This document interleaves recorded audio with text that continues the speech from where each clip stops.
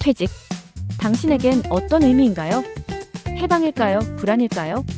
사직서만 던지고 나면 끝일 거라 생각했다면 오늘 영상 꼭 보셔야 합니다. 퇴직금 못 받는 건 물론이고 연금 신청 안 해서 지급이 지연되거나 건강보험료가 갑자기 2에서 3배로 오르는 경우도 부지기수입니다. 특히 공무원이라면 더더욱 조심해야 합니다. 절차도 다르고 챙겨야 할 것도 더 많습니다. 이 영상 하나면 퇴직 전후로 꼭 해야 할 일과 공무원과 사기업 간의 중요한 차이까지 전부 정리하실 수 있습니다. 먼저 사직서. 사기업은 사직서를 제출하면 되지만 공무원은 의원 면직원이라는 별도 양식을 사용해야 합니다.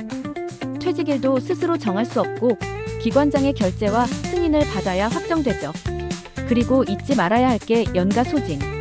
퇴직 전에 자녀 연차를 모두 사용하지 않으면 수당으로 정산되지 않을 수도 있습니다. 반대로 초과 사용하면 급여에서 환수되기도 합니다. 퇴직일 계산은 반드시 실근무일 기준으로 꼼꼼하게 확인하세요. 그 다음은 인수인계. 이건 공무원이든 사기업이든 모두 필수입니다. 업무 매뉴얼, 주요 연락처, 진행 중인 사업은 인수인계서로 남겨야 하고 개인 PC 공용 클라우드에 남아있는 민감 자료는 반드시 삭제해야 합니다. 공무원은 정보보안 규정이 특히 엄격하기 때문에 문서나 공문 초안까지 반납해야 합니다. 이제 돈 이야기. 사기업은 퇴직금과 급여를 회사가 자동 정산해줍니다.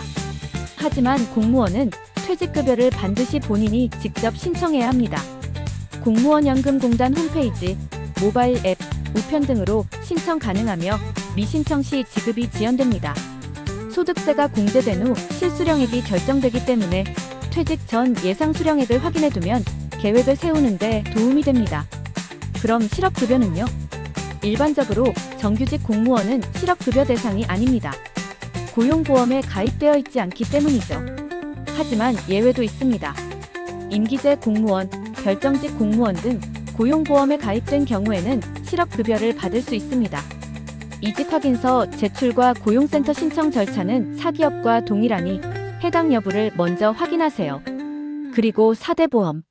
사기업 퇴직자의 경우 회사가 퇴직 다음 달 15일까지 4대 보험 상실 신고를 하고 국민연금과 건강보험은 자동으로 개인가입으로 전환됩니다. 공무원은 고용보험과 산재보험이 원래 적용되지 않기 때문에 국민연금은 임의가입, 건강보험은 지역가입자 전환 혹은 피부양자 등록이 필요합니다. 여기서 중요한 포인트 하나 더. 건강보험에는 임의계속가입 제도도 있습니다. 이 제도를 신청하면 최대 36개월간 퇴직 전 직장 보험료 수준을 유지할 수 있습니다. 피부양자 등록이 어렵거나 보험료 부담이 클 경우 국민건강보험공단에 문의해보세요. 퇴직 후에는 각종 증명서도 꼭 챙기셔야 합니다. 재직증명서, 경력증명서, 퇴직증명서, 원천징수영수 등은 재취업이나 연금 신청, 대출 심사 등의 필수입니다. 공무원은 인사담당자에게, 사기업은 HR 시스템에서 직접 요청하시면 됩니다. 여기까지가 절차라면 이제는 법적 보호도 챙겨야 할 때입니다. 사기업 퇴사자라면 퇴직합의서, 비밀유지서약서, 경업금지 확인서 등을 요구받을 수 있는데 모두 법적 분쟁을 예방하는 중요한 문서입니다. 꼼꼼히 읽고 본인에게 불리한 조항이 없는지 반드시 확인하세요. 또 하나, 최근 개정된 내용도 알아두셔야 합니다. 2025년 4월부터 공무원 명예퇴직수당 지급 규정이 일부 바뀌었습니다. 수사기소 중이거나 정년까지 잔여기간이 짧은 경우 지급 조건이 제한될 수 있으니 반드시 공무원연금공단 공지사항을 확인하세요. 마지막으로 현실적인 조언 한 줄 드립니다. 퇴직 전에는 반드시 최소 3에서 6개월치 생활비를 확보하고 가족과 생활계획을 공유하며 신용상태나 대출 상황도 점검해두세요. 퇴직은 행정 절차가 아니라 삶의 큰 변화니까요. 잠깐, 지금까지 내용이 길고 복잡하게 느껴지셨다면 딱 이 7가지만 기억하세요. 첫째, 사직서는 공무원은 의원 면직원, 사기업은 일반 사직서 양식을 사용합니다. 둘째, 퇴직 전 연가를 꼭 소진하고 인수인계는 반드시 문서로 정리해두세요.